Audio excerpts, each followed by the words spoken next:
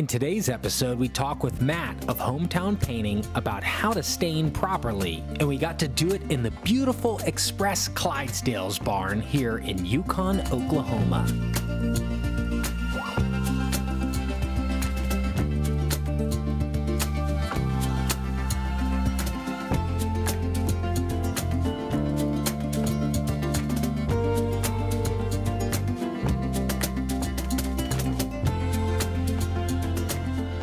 Welcome to the Oklahoma City Real Estate Show. This is episode 108. I'm standing here in front of Topper, who's getting a haircut here at the Clydesdale Express, with Matt here at Hometown Painting, and he's going to describe to us a little bit about staining. Now, we're fortunate enough that it's super windy today, where he's not able to continue staining the huge barn here today, so we've tucked him away inside, and we're going to interview him on exactly how to get that quality stain going in your home.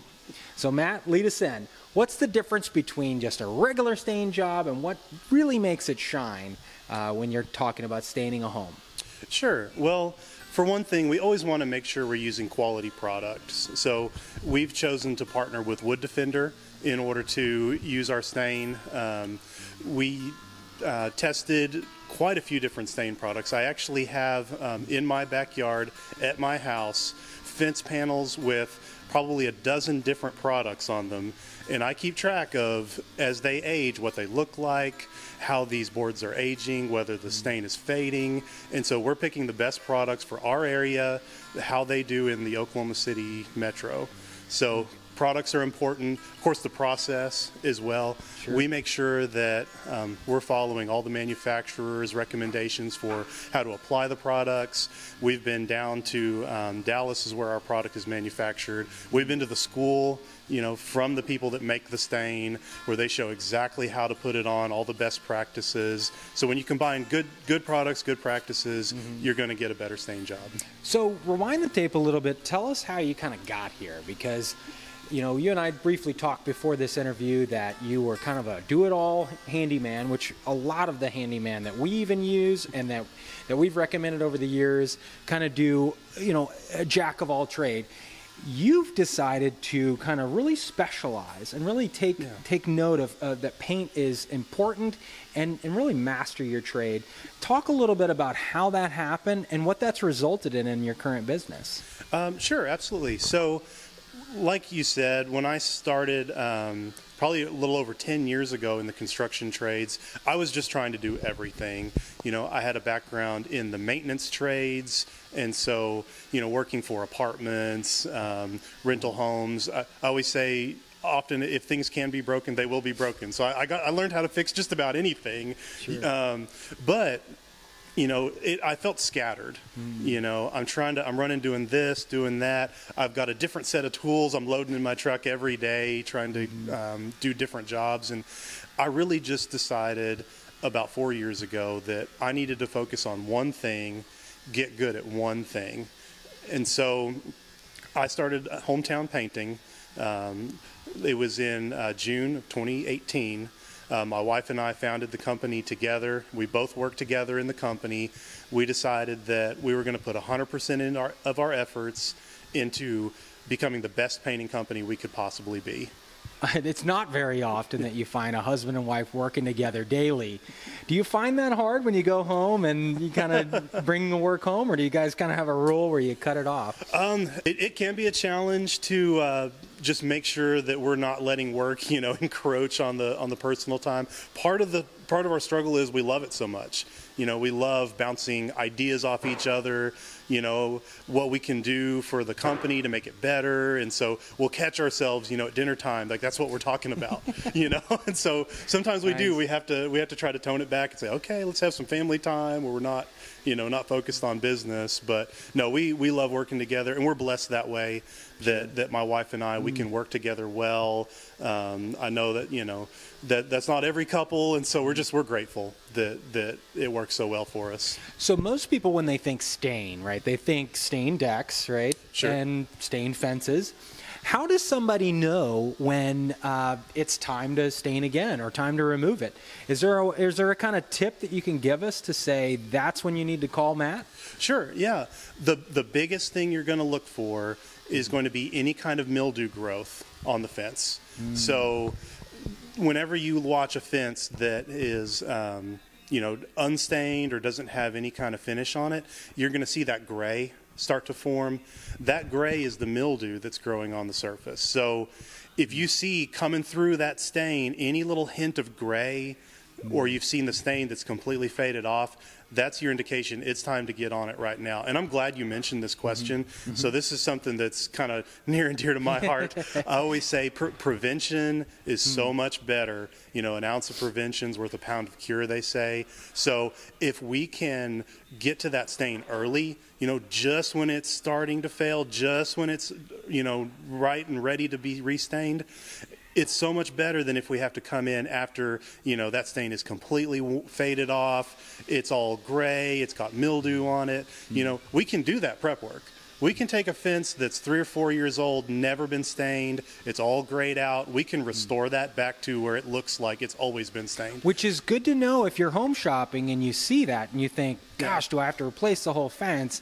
You might want to call Matt, during that inspection period and say, hey, Matt, shoot you some pictures probably and say, do you think this is savable? That can save you thousands right there.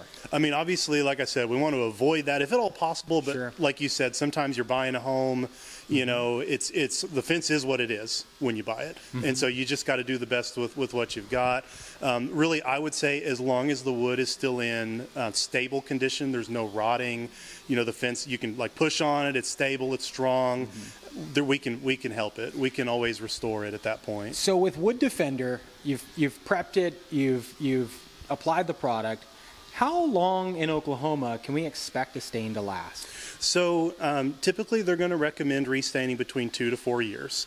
And so that period of time should be, like I was saying, where you're just going to start to notice a little that fading, maybe just a little bit of that gray starting to come through. You could go possibly a little bit longer on a second stain. The first time around, often the wood isn't able to absorb quite as much stain. Once that wood had a little time to age, the wood fibers open up, it's able to absorb a little bit more stain. So I'd say for the first stain, 2 to 4 years. For the second time you stain it, maybe a little bit longer. Yeah, now folks, you might, if you're thinking of staining yourself, the first thing a lot of people do is they go on Google, they go, let me find a staining company. If you've got a lot of metal work, if you've got a lot of hinges, you got a lot of pretty work around your home, don't make that mistake of hiring that, beginner entry-level person, because Matt and his team is really going to take a lot of time to make sure your home is preserved, your property looks good, you don't have stain all over the grass and things. So that's really the difference when Matt contacted us, that we really began to notice with Matt and his work, and just over the years, I think you becoming a professional and really focusing in on paint and stain really makes the difference. So before we wrap up here, you don't just do stain, and we're going to come back and do some paint with you on a later, but tell us a little bit about the painting side. Just kind of give us a sneak peek on what's to come over there. Okay, yeah, absolutely. So we work with all different kind of homeowners in the Oklahoma City area. We do interior and exterior painting. We do cabinets, we can do doors and trim, water-based, oil-based. I mean, we can pretty much do anything paint-related. I like to tell people we can paint anything that doesn't have wheels on it. So we don't get into the automotive painting, but otherwise, we love to help homeowners. We love to do quality work. We love to work with people that take pride in their home, that want it to look its best, that want a good work that's going to last for years to come.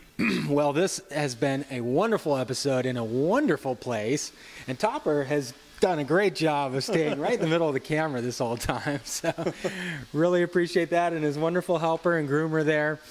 So if you're interested in connecting with Matt, you can just look right below in the description. You can also visit their website. It'll be at the bottom of this video here. If you need more information as far as buying your home, check out OKCRealEstateShow.com. There's more episodes. There's tips and tricks on there. The wonderful team at OKC Real's ready to help you and your family make that once in a lifetime or maybe several in a lifetime decision when you buy your real estate.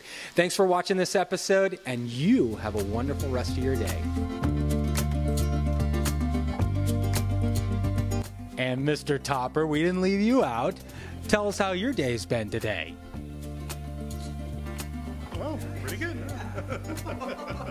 So what are you doing today to Mr. Topper? So I'm just clipping Topper right now. We've got an event on Saturday in Crescent. So he's going to get his picture taken and say hi to all the people out there. So he's actually going to be in the Rose Bowl parade this coming, well, in January. So he's going to be pulling the big stagecoach out there. So be watching on TV for Topper. Yeah, what do you think about that, Topper? You're looking good. Let me get out of your way.